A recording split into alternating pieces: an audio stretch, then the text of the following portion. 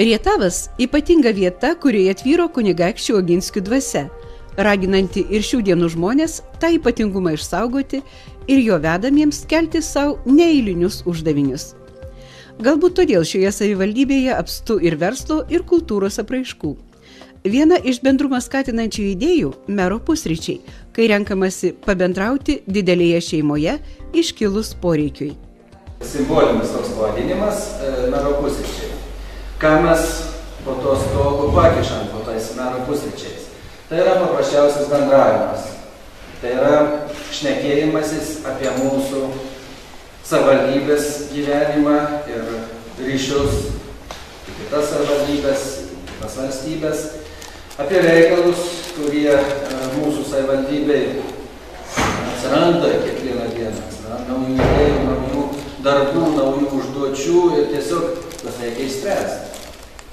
Pasakyti šitą idėją pavadėjau iš Amerikos. Liūtų klubas toks yra. Lanstai tikrai. Čia buvo laikų, turėjau. Ir Amerikai teko pabūti viešnagėj ir teko pabūti jų pusryčius.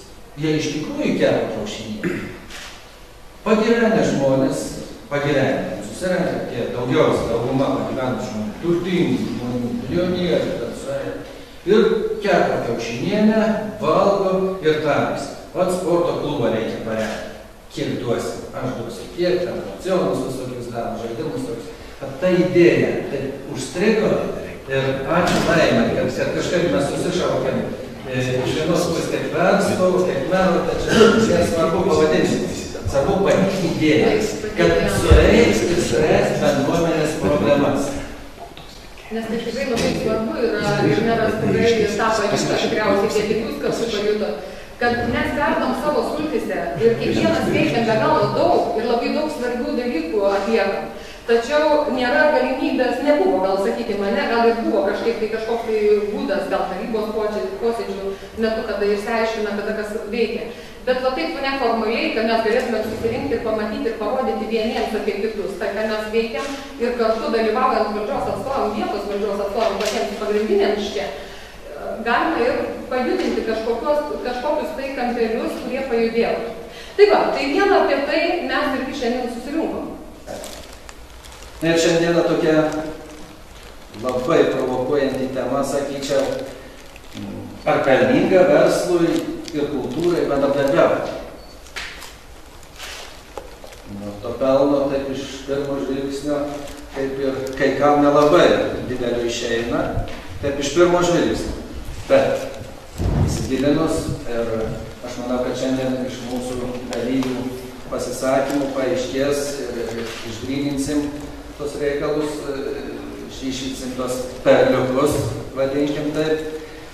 Vien tik pelno siekimas, vien tik išgyvenimas, kiek patiems duoda. Ir kas mes esam? Mes esam bendruomenė, ar esam kažkokie tokie iš sluoksnių atskirų sudaryti, kad kaip mes galim tarpusavį susidėti. Tam tikros lygmenyse ir tai yra tokia sunki, sakyčiau, netgi tema ir tiesmukiškai pasakyti, tiesmukiškai ištemti šitą naudą, kad ir verslui, sakykime, iš kultūros, ar dar iš kažko, iš menų kokių, tiesiog tiesmukiškai to nepadarysim.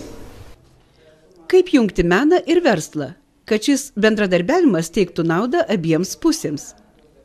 Labai svarbi šių dienų tema – identiteto arba savasties paieška, sakė Strateginės savivaldos instituto projektų vadovas Stasys Paulauskas, pateikdamas pavyzdį, jei rietaviškiai vaišina brazilišką kava ar turkiškais saldumynais, tai kuo pasireiškia tuomet jų rietaviškoji savastis?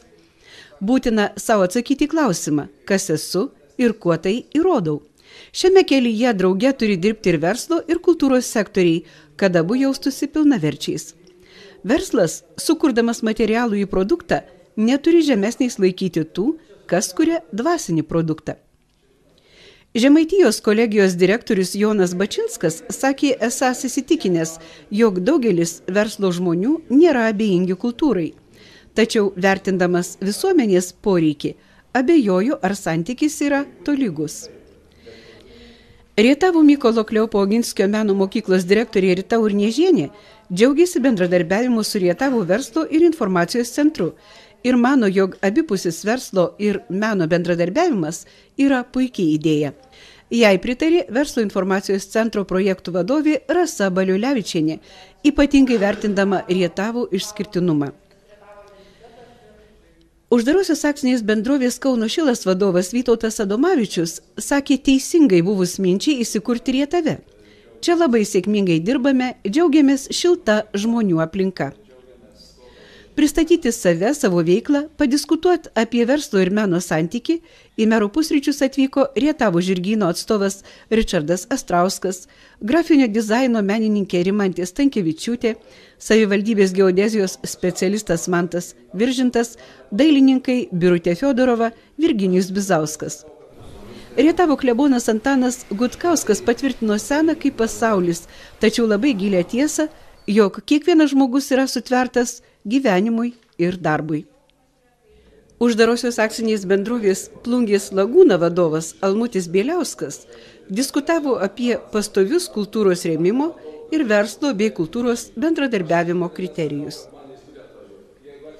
Rietavo savivaldybės Irenėjaus Oginskio viešosios bibliotekos direktorė Nijolė Krajinienė dėkojo merui už puikią mero pusryčių idėją, kai galima nuoširdžiai pasikalbėti, ir akcentavo, jog kunigaikščiai Oginskiai Lietuvai, ko gero, buvo Dievo dovana.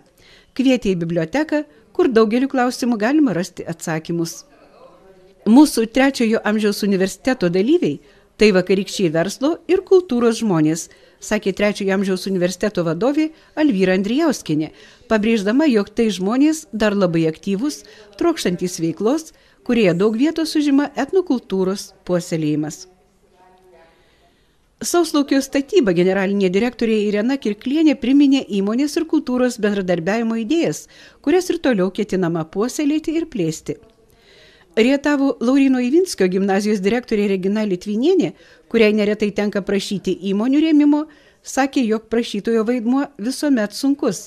Ypatingai dėkojo Plungės Lagūnai, tai kilniaširdiškai suprantančiai. Daug minčių šią temą išsakė Rietavo Oginskių muziejaus direktorius Vytas Rutkauskas.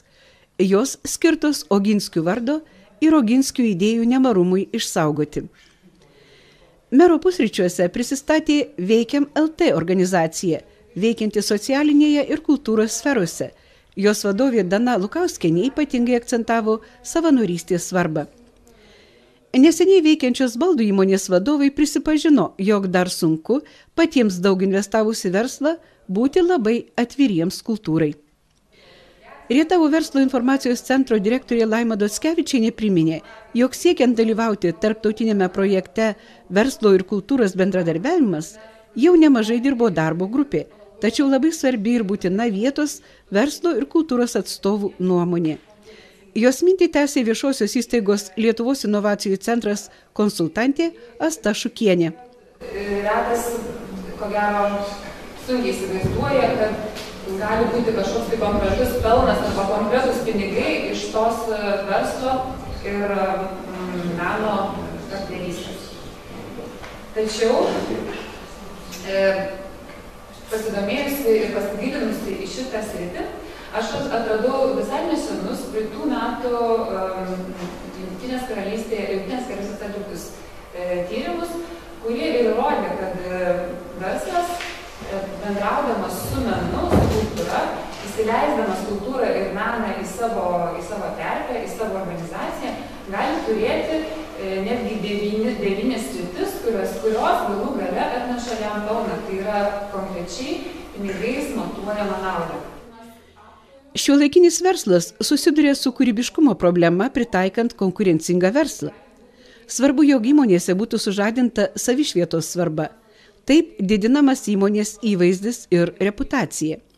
Estetiška aplinka, kurioje yra meno kūrinių, skatina kūrybiškumą, profesinį tobulėjimą. Menas padeda užmegzti ryšius, palaikyti sėkmingesnius įmonės vidaus ir išorės santykius, kalbėjo Asta Šukienė, pristatydama projekto idėjas. Pietų Baltijos programos projektas Verslo ir kultūros partnerystė siekia sukurti veiksnes verslo ir kultūros partnerystės struktūras visuose 4 projektų regionuose Lietuvoje, Lenkijoje ir Vokietijoje. Pagrindiniai naudos gavėjai yra dalyvaujančių regionų kultūros institucijos, kita tikslinė grupė, tų regionų įmonės ir verslininkai. Projekto siekis suformuoti efektyves verslo ir kultūros partnerystės struktūras, kurios sukurs ir įgyvendins naujas ilgalaikės finansavimo ir paramos schemas kultūros renginiams ir vietovės identitetui vystyti. Viešoji įstaiga Rietavo verslo ir informacijos centras, šio projekto partneris, yra atsakingas už kultūros ir verslo partnerystės koncepcijos parengimą ir pritaikymą Rietavo savivaldybėje.